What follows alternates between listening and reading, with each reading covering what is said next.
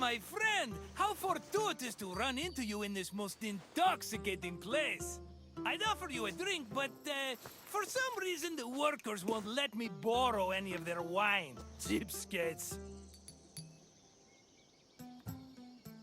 You know, I once started my own wine business on Kos.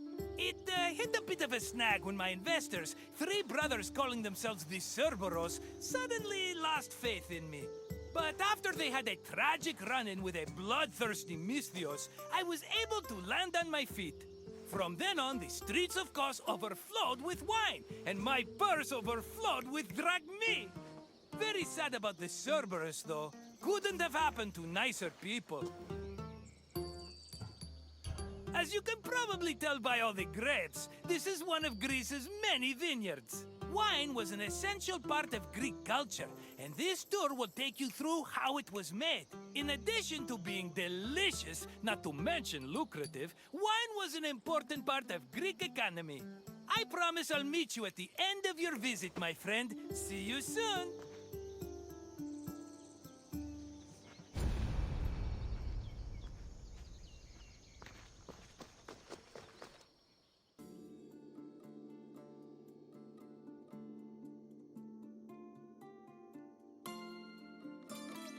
Winemaking dates back to the 4th or 3rd millennium BCE.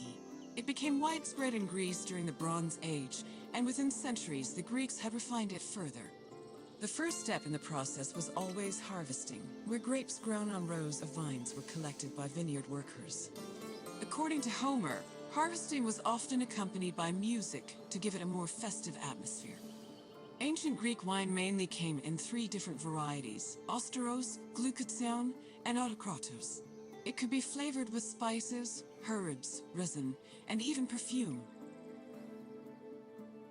It was also much stronger than modern wine, with an alcohol percentage of approximately 16%. Because of this, the drink was mixed with water to make it more palatable.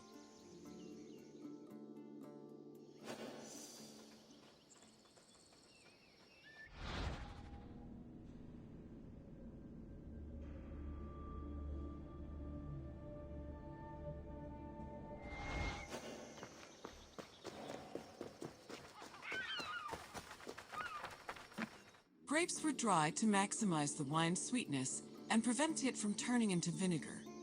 In most vineyards, the drying process involved laying the grapes out on the ground under the heat of the sun, then covering them at night to protect them from accumulating dew.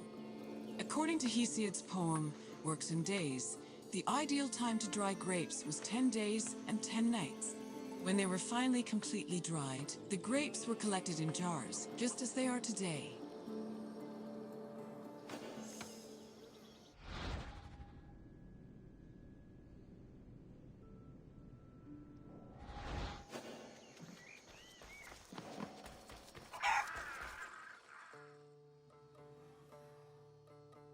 The Greeks had many methods for crushing the harvested grapes. The most common technique was to use a lenos, a large treading vat where workers stomped on grapes with their feet. Alternatively, the Greeks sometimes crushed the grapes by hand using a strainer, mashed them with a mortar and pestle, or squeezed them using a tool called a sack press.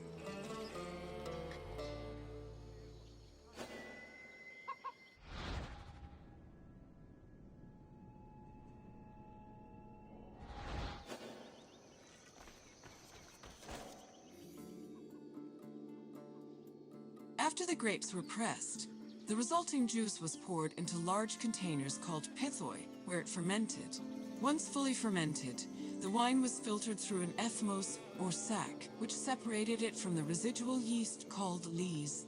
The wine was then placed in a special storage room. The room was half buried to keep it dry and maintain a consistent temperature of 15 degrees Celsius. These measures ensured the wine wouldn't lose any of its quality before being shipped to market.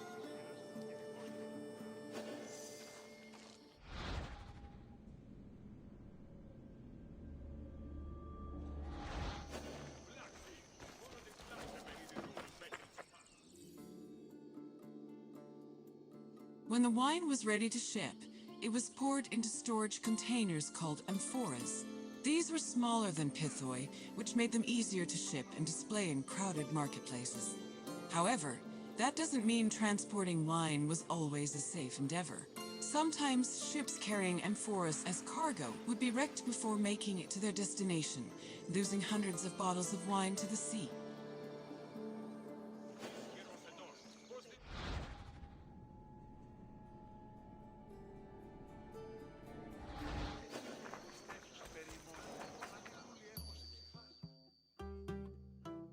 Ah, my friend, are you drunk with knowledge? I hope you enjoyed yourself learning about all the picking, stumping, and bottling that goes into making Greece's favorite beverage. Maybe if my customers understood how hard winemaking was, they'd agree more with my perfectly reasonable prices. But let's talk about something else, yes? What else can I do for you? You want your intelligence tested? Well, let me tell you, my friend, no one is more qualified for that task than me. Let's get started. What container was used to ship wine to the market?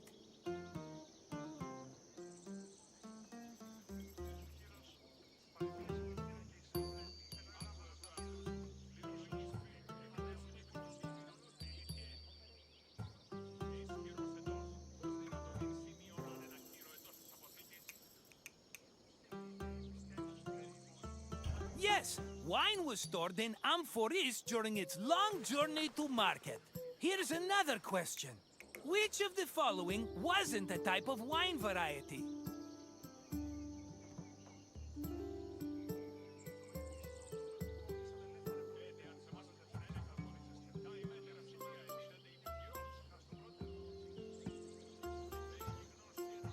Correct! Thasos was an island famous for its vineyards, not a specific type of wine. Just one more question to go, my friend.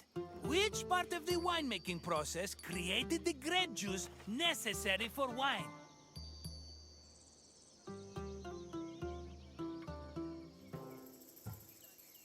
That's the one! The harvested grapes were pressed in a linos, often by the feet of vineyard workers. Just try not to think about that last part whenever you have a cup of wine. You know your wine. You're as good with facts as I am with money, and that's really saying something.